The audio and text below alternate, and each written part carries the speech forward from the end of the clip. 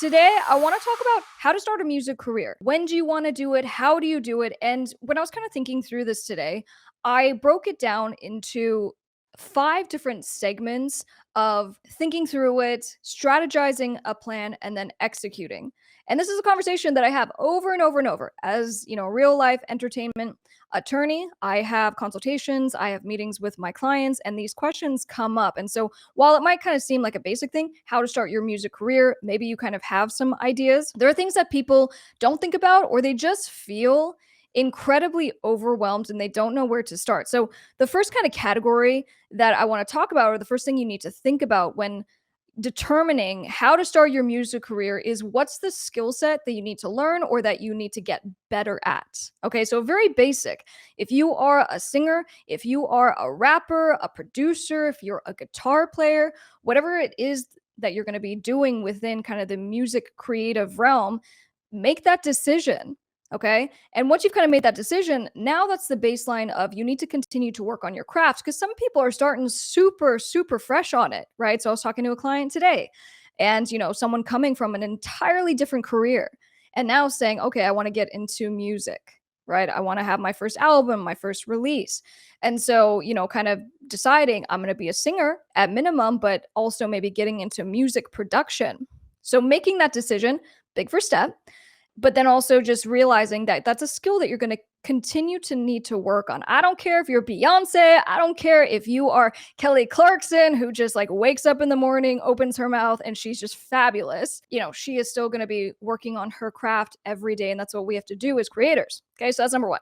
Number two is figure out how you're going to capture that creativity, because that might be something that is causing you to stall, right? To not execute, not make decisions, because some people will say, well, I need to get all my ducks in a row and I need to get the studio and the music producers and I don't know how to write songs. And they get so overwhelmed that they just don't do anything, right? So when I say figure out how to capture the craft, is you can do something as simple as set up your phone. We all have phones. Set up your phone and record yourself singing a cappella if you want to be a singer, right? If you are playing an instrument of some type, play your guitar, right? If you are singing and you play the guitar, beautiful. Something very simple to showcase your talent. And then from there, you can springboard and build on it. And as you build, and this is what I did in my music career, right? Because we know when I started in my teens, I didn't know how to produce music. I didn't know how to network with producers. And I just really felt very lost. And that's partially why I'm doing this video, is because I know someone's clicking on this video and they're watching because they're not sure how to start, where to go, and I'm going to help you. Okay. So figure out how to capture it, right? Because then we're going to get to the next step of distribution. But when it comes to capturing it, don't be intimidated to not, download a program like Pro Tools, like Reason. You don't need to be a professional producer, mixing engineer, mastering engineer to be able to create a simple demo. Okay. That's what I did. I taught myself how to do simple production so I could put together demos, of which then I went and pitched to other better producers. And so in a way, I kind of became my own producer so that I would have an opportunity just to showcase, this is what my voice sounds like, this is what I can potentially do. But, again, the reason why I recommended here's some stuff that you can do as far as just using your phone is because don't have any excuses to not start today. Okay. So, and then you go into, all right, so if I am going to capture this and it's not just going to be a demo, maybe I do need to find a producer, or I do need to learn how to do this myself. If I'm trying to be a producer, for example, that's all okay. And the beautiful thing is that here we are on YouTube. YouTube is the most powerful resource for research that there is. And you can become an expert on literally everything. And you don't have to hire professionals to teach you how to do this stuff. You can, there are courses and all of that, but, start at least with the free stuff, right? Exhaust YouTube of all the free resources and learn how to, again, capture the craft of what you need. DIY studios. I can't tell you how many great videos there are of just simple setups. My first year of law school, and even before then, right? My first year of college or university. My first year of university, I was putting together my, honors thesis. It was my album. I don't know what the hell I was doing, but I just was figuring out as I went and just kind of challenging myself that, no one else is going to do this for me. And I want that to be a big takeaway that you guys have. No one is ever going to hand you anything on a silver platter. And in fact, when you have something that they want, you have audience and that hit song and things are going great, people are only going to come to you because they want something from you. And that, I guess you could take that as a hard, ugly truth or just take it as fact and reality and think about what you do. Right? When was the last time you're like, hey, stranger, let me buy you a car? I mean, just as far as our tendencies to want to kind of self help. Okay. So figure out how to capture that thing and figure out a way to start executing. Right. I see so many people on TikTok going live and they'll go live for 2 hours and they'll have 5,000 people watching them. Okay. So if you did a show in a venue with 5,000 people watching you play your piano and sing a song or play your guitar, that would be incredible. So just understand the power of simplicity and build from there. All right. So step number 1, figure out the skill. Step number 2, figure out how to capture the skill. And then step of number 3, when it comes to how to start your music career, is distribution. And the nice thing is about, distribution is that you can do what we call soft distribution, meaning you don't have to put your music on, Apple Music or Spotify right away. You can start softly by just distributing it to SoundCloud, right? Just put something on YouTube, just put something on TikTok. Just see how the music does, start to build your audience. And then the good news is that when you want to distribute your music to all the platforms, there are DIY services like DistroKid, CD Baby, TuneCore, of which, very simple. You just have your cover art, you have your files, right? It might be a WAV file or an MP3. You upload, and then they send it to all the music platforms, and then they pay you. So it's a very simple process when it comes to actually distributing the music, but don't feel so overwhelmed where you're like, oh, I'm not ready to have my music on Spotify, because you don't actually need to do that if you don't want to. You can send your music to only limited platforms. Or, what I say to clients, I say just go all in. Why not? Put it all out there because you want to build your fan base as quickly as possible. You don't know where people are listening. So have your stuff everywhere. So distribute the music. And then number 4, you want to market the crap out of your music. Okay. And, this is something that I can't stress enough, right? So we spend so much time creating the thing, right? Working on the thing, collaborating with people, doing the legal stuff, which we're going to talk about.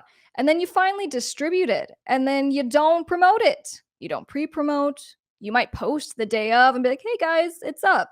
And then the algorithm crushes your post. And so of your 5,000 followers, 5 of them saw your post and then you don't promote it afterwards. So there's a big missing link for independent artists in just this mindset of understanding that one of your big jobs is that you have to market the crap out of your music and yourself. It doesn't mean you have to be spammy, right? But it means that you have to try to have some creativity. So rather than, you just posting a clip of the song with some cover art, which would be fine, but, are you going to find that super interesting if someone else did that? Or is it more interesting that you're in your car singing at the top of your lungs to your song for 30 seconds? Or is it interesting that you went somewhere and you do kind of a TikTok to a clip of the best part in your song and you have some kind of transition? Maybe you do a makeup transition. I mean, it's kind of endless what you could do, but it's up to you to figure out what works with your brand. You don't have to be a certain thing. You don't have to dance. You don't have to be in your car singing at the top of your lungs if that doesn't fit your style, right? Maybe you want to be in the studio. So there's a lot of different ways to do it, but I think coming up with a plan is an incredibly important part of this, but also it's just marketing that I'm talking about generally. I'm coming from a place of I'm going to kick your ass to go and just do it because you got to do it. And I'm here to tell you that. But I also am coming from a place of being very sympathetic and understanding. It's like this weird coagulation of stress and I don't know what the F I'm doing and I feel stupid as shit. And I get all of that. But you got to set that aside because at the end of the day, you do want people to hear your music, right?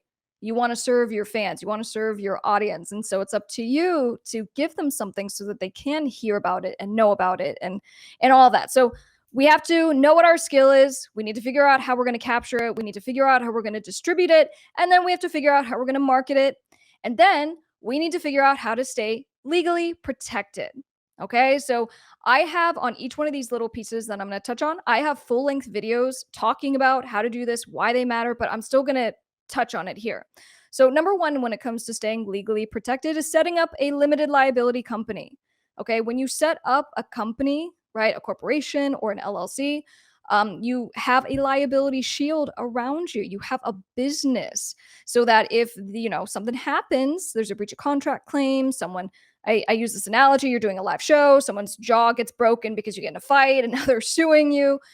You know, in any scenario, it's the LLC that kind of has to suffer that liability and not you individually, right? We don't want people going after your car and your house and your clothes and your favorite blankie. Okay. We want to make sure that you are staying legally protected. But then the other things that are really important to have are producer agreements, collaboration agreements. So that comes to when you are working with people and you are, getting music produced by other producers. Those are the two agreements that are really, really important. Again, in the book, guess what? They come with the book for free. All right. And I've done a really bad job kind of promoting the book. But the reality is, if you got the book's like $20. And all these contracts come for free with the book. If you hired a law office, each one of these contracts would be like $700. So I need to do a better job of just telling you guys that this fucking book is amazing just for the contracts that you get so that you can stay legally protected, which it does include those two contracts. And then you want to copyright your music. Don't send your shit in the mail to yourself. Okay, that's called the poor man's copyright. It's not a thing. It's not a real thing. And the poor man's copyright is just filing your copyright. It costs $65 and it's very fast and easy to do. I have a video on Top Music Attorney YouTube teaching you how to file your copyright, and just do it.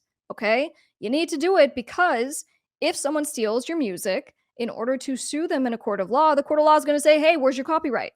So you need to get that piece of paper.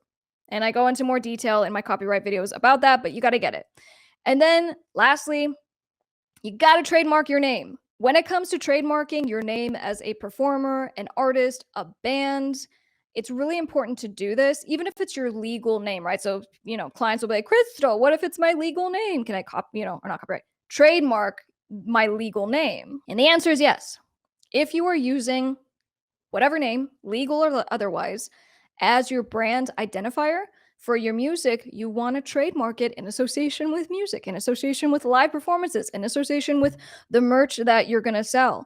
And you want to do it on the federal level. So get an attorney to file your trademark with the USPTO. It is a very valuable investment that you own your trademark.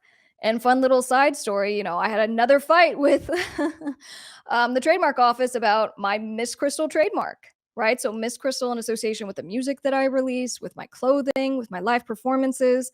And the trademark office was denying my application. And, quite frankly, it was kind of BS because they were like, "You can't, get it because there's a record label called Krystle Records and it's confusingly similar." And so, good news. I'm an attorney. So you better believe I cite to every legalese thing and came up with some creative arguments to overcome those rejections and objections. And so overcame all that. I got it. It's great. But it's very valuable because, whenever you have something hit, when you have a song go viral, like your brand and that attachment of the trademark is very, very valuable. Last decade, there was a problem on copyright and contracts, but now it's okay. Look, there can be problems on contracts and copyright all across the board. But the first thing you got to do to make sure you stay legally protected is that you got to take the step. Don't be so intimidated that you never get any contracts. Again, why put all the contracts for free, for you guys? Because you just have them now and you just need to fill in names and just fill in dates and amounts being paid. But the hard work is done. So, recap. When it comes time to start your career, or even if you already started your career and you don't know where to go, you feel a little bit lost. Number one, you have that skill. If you are rapping, if you are producing, deciding what it is and doubling down, not getting too distracted, not spreading yourself thin. So we have the skill. Number two, we're going to capture that. We're going to start distributing our skill and building our fan base immediately, right? You don't have to have the perfect polished album or EP or single or music video ready to go. Just start with something very low resistance, a 30-second clip of you singing a cappella or doing whatever it is that your craft is. Share that. And then that will help you to see what you're doing and to hear what you're doing and to get a response from your audience that you're building. Number 3, distribute, right? Do a soft distribution. If you're not sure, test things on TikTok, test things on SoundCloud, and then do full distribution, right? Through one of these DIY places, like, for example, DistroKid. I love DistroKid. They can help you, especially if you do cover songs. Marketing, double down, come up with a marketing plan. I had this client, and we did a consultation, and I felt like, he was kind of looking for somewhere between excuses of why not to do marketing, but also encouragement to push him just to do it, which is exactly what I did. And I just said, okay, you're not good with TikTok. You don't get on social media very much, but let's talk about the things that you do. What's your day job? And I think he worked in a dispensary. I'm like, that's interesting. Talk to me about what happens in the dispensary. Talk to me about how that goes. Like, as far as just kind of building your algorithm, it doesn't always have to be music 100% of the time. What's part of your brand? What's something that you can put out to help people to know you? Because you want people to like your music, but you want them to like you as well and to buy into you. And so I go, think low resistance. What can you talk about that might be interesting? And then who do you know that does know how to do social media really well? Oh, well, my girlfriend. My girlfriend's on TikTok all the time and she does a lot of TikToks. Perfect. Let's have your girlfriend help you. Let's have her kind of give you some ideas and to, help you actually create these things. So if you can't do it yourself, find someone who can help. But, I always say, don't say you can't do it. You can't. You just have a brain clog of reasons of why you can't. Number 5, staying legally protected, set up an LLC, make sure you have a producer agreement template for every time you work with the producers, make sure you have a collaboration agreement for every time you collaborate with someone, because when these things are missed, that exposes you to potential problems down the road. All right, so guys, that is your overview of how to start a music career. Make sure you rewatch this if there's any piece that kind of stuck out to you. Like for me, when I learn something, I make sure that I watch it like 2 or 3 times because it helps to really inundate the information. I kind of memorize it that way. And so I would encourage you to do the same and then make a list, have an action item, and get started today.